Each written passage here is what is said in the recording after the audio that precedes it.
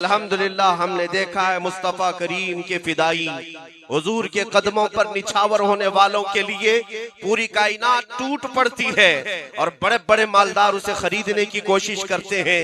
लेकिन मेरे मुस्तफ़ा का गुलाम हर जमाने में ये कहता आ रहा है, मैं आपको बता रहा हूँ, आपके इलाके में मेरी पहली आमद है, आपके इलाके में मेरा आपके सामने खड़ा होना पहली मर्तबा है। सैयद साहब क़िबला अभी फरमा रहे थे कि जिस इलाके में आप खड़े हैं अल्लाह करीम सबके दिलों में मोहब्बत पैदा करता है, लेकिन मैं ये महसूस करता हूँ आपके अंदर मेरे लिए ये जज्बात मेरे जुब्बे टोपी की वजह से नहीं, मेरे किसी सियासी खानदान की वजह से नहीं। आप अगर यहाँ मुझसे मोहब्बत करते हैं या इस मिंबर पर मेरी ताज़ीम करते हैं तो सिर्फ इसलिए कि रसूल पाक के कदमों से वाबस्ता है और हमारी इज्जत उसी के लिए है जो नबी की गुलामी में आता है। और मैंने महसूस किया है जब तक बिके न थे तो कोई पूछता न था, जब तक बिके न थे तो कोई पूछता न था, या रसूल अल्लाह तुमने खरीद कर हमें अनमोल कर दिया। इसीलिए शायर कहता है बेदाम ही बिक जाइए बाजारे नबी में। आपको अंदाजा नहीं है मेरे अजीजों, एक बार जो मुस्तफा करीम सल्लल्लाहु अलैहि वसल्लम के दामन में आता है चांद भी उस पर रश्क करने लगता है। हाँ, आसमान भी अपने दरवाजे उसके लिए खोल देता है। वो नबी का जो गुलाम होता है जिस तरफ से वो गुजरे हवाएं उसे सलाम करती हैं। तुम्हारे पास बड़ी दौलत नबी पाक की गुलामी की है, बस सिर्फ और सिर्फ बात इतनी हो गई कि इस जालिम दुनिया ने तुम्हारे गले से वो पट्टा खींचने की कोशिश की, जो गुलामी का पट्टा तुमने सदियों से मेरे मुस्तफा की गुलामी का अपने गले में डाल रखा है। इस पट्टे को कभी निकालने मत देना, जब तक तुम्हारे गले में मेरे मुस्तफा की गुलामी का पट्टा रहेगा हर कुत्ते को तुम पट्टा डाल सकते हो, हक है, हक है। हर कुत्ते को तुम पट्टा डाल सकते हो।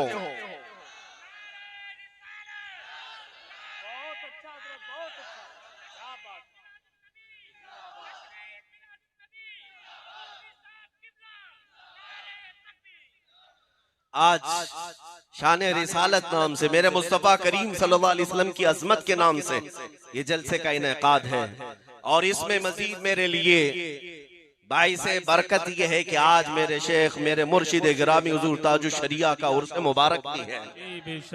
अल्लाह करीम उस उर्स की बरकत से आप सबके और मेरे ईमान में इजाफा अता फरमाए। कौन है मोहम्मद अरबी सल्लल्लाहु तआला अलैहि वसल्लम? अपने तो अपने गैर भी उनकी तारीफ किया करते हैं और दुनिया भर ये जानती है कि नबी के जैसा कोई नहीं था। अगर मैं एक लिस्ट आपके सामने पेश करूं हिंदुओं के बड़े बड़े जो उनके गुरु रह चुके, ईसाइयों के जो बड़े बड़े पादरी रह चुके, या फिर सिखों के बड़े बड़े जो उनके गुरु हो चुके, इन सब की तहरीरें मौजूद हैं। मेरे नबी पाक सल्लल्लाहु तआला अलैहि वसल्लम की शान में वो सब रतबुल लिसान रहे। हर जमाने का, हर फिरके का, हर दीन का मानने वाला मेरे नबी की अजमत को सलाम करता है। लेकिन इतनी बात याद रखे, मेरे नबी की अजमत और तारीफ करने के लिए हलाली होना जरूरी होता है। ये बात समझ लें, नबी पाक सल्लल्लाहु तआला अलैहि वसल्लम की अजमत सूरज से ज्यादा रोशन है। दिन में सूरज निकल जाए और अगर कोई कहे कि सूरज काला है तो आप उसे क्या कहेंगे? सिवाय तेरे कालेपन के और कुछ नहीं हो सकता। सूरज तो रोशन है, सूरज रोशन है। लेकिन मेरे नबी पाक की शान में अगर कोई उंगली उठाता है तो ऐ सुनियो, कुरान की जुबान में मैं बताता हूँ कि जिसने भी गुस्ताखी की या हुजूर की सीरत पर उंगली उठाई, कुरान के फार्मूले के एतबार से वो हलाली नहीं हो सकता। उसकी माँ ने खता किया हो, कुरान में अल्लाह फरमाता है जिसने रसूल को गालियां दी वो जिना से पैदा होता है, जिना से पैदा होता है। तहकीक करने की जरूरत नहीं, वैसे ही सामने आ जाएंगी बातें।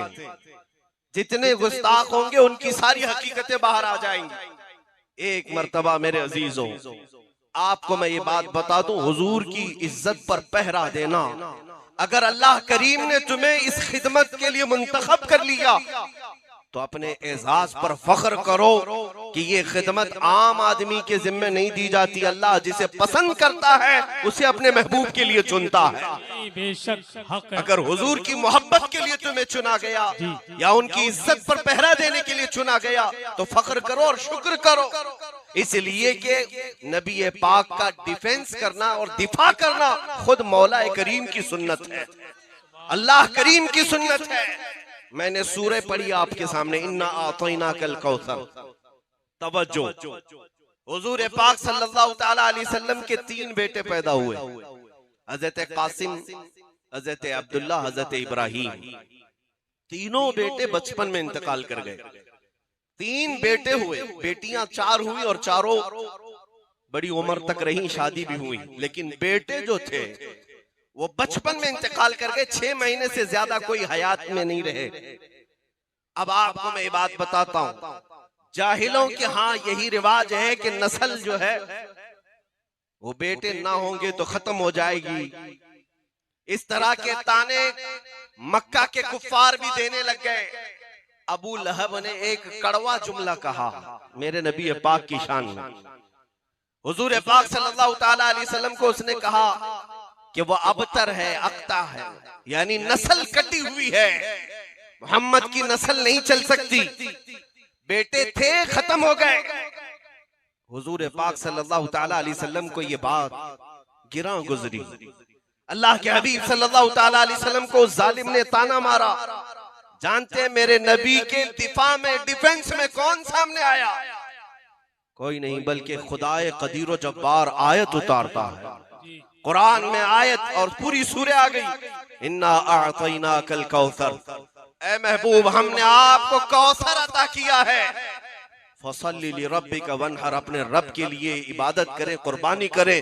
अब आखिर आयत में अल्लाह फरमाता है, ए महबूब आप कटी हुई नस्ल के नहीं, इन शानिअका हुवल अबतर, आपका दुश्मन कटी हुई नस्ल का है।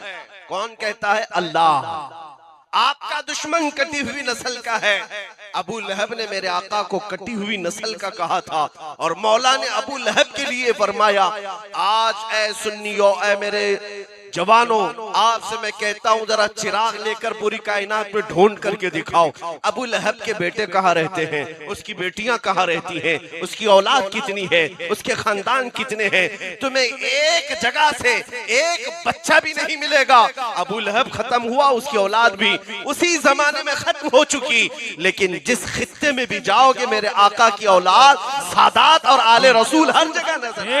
बेशक हक है। और अल्हम्दुलिल्लाह जितने मिंबरों पर से मैंने खिताब किया, आज तक शायद कोई मिंबर ऐसा हो जिसमें आले रसूल ना होते हो, मेरे आका की औलाद ना होती हो। अल्लाह करीम अपने नबी के दिफा में फरमा रहा है, नबी आपकी नस्ल नहीं कटी बल्कि आपके दुश्मन की नस्ल कटी है। इसी तरह आज भी मैं कहता हूँ जो जालिम भोंक रहे हैं ये अबू लहब की तरह कटी हुई नस्ल के हैं। चंद दिनों के बाद देखना अखबारों में भी इनका तस्करा नहीं रह जाएगा, कहीं किसी की जुबान पर इनका निशान भी नहीं रहेगा। और अगर कुछ बाकी रहेगा यूं ही उनका चर्चा रहेगा यूं ही उनका चर्चा रहेगा। बड़े खाक हो जाएं जल जाने वाले। या रसूल अल्लाह, तू घटाए से किसी के न घटा है न घटेगा, जब बढ़ाए तुझे अल्लाह ताला तेरा।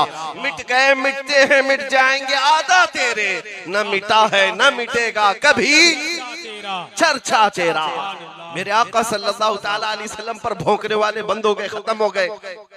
आपको एक बात बता दूं, उस जमाने में कटी हुई नस्ल का कहा और अल्लाह ताला ने मेरे महबूब की औलाद को सैयदा कायनात फातिमातुज़ ज़हरा के बतन से पूरी दुनिया में फैलाया, पूरी दुनिया में फैलाया।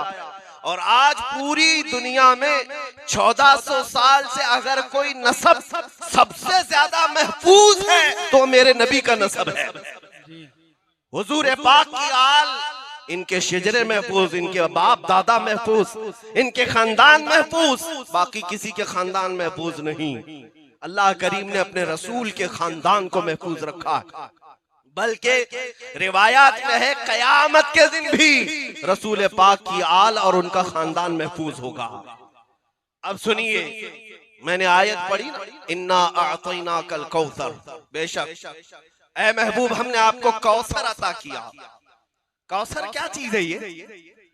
आपने तो हौज़े कौसर का नाम सुना होगा। हौज़े कौसर वो एक ऐसी नहर है जो क़यामत के दिन मेरे आका को दी जाएगी, जिसका पानी शहद से ज्यादा मीठा और दूध से ज्यादा सफेद। मेरे आका अपने हाथों से उस नहर से अपने उम्मतियों को पानी पिलाएंगे। जो एक बार पिएगा वो कभी प्यासा ना होगा।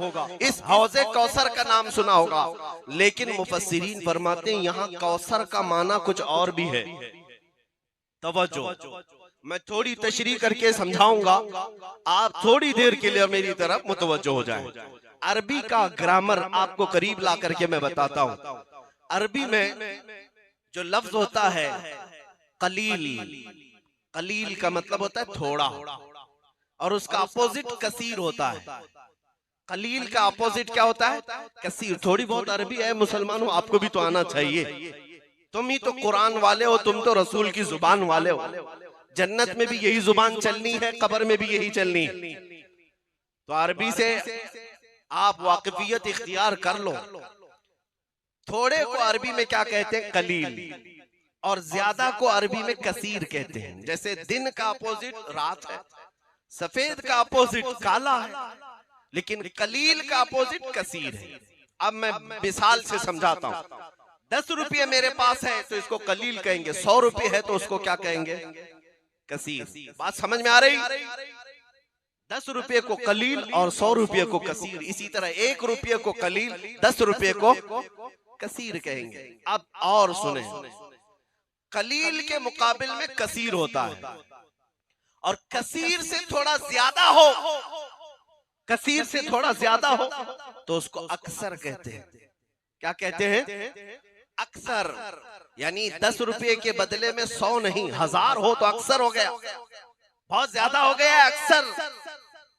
और अक्सर से भी ज्यादा हो तो उसे कौसर कहते हैं।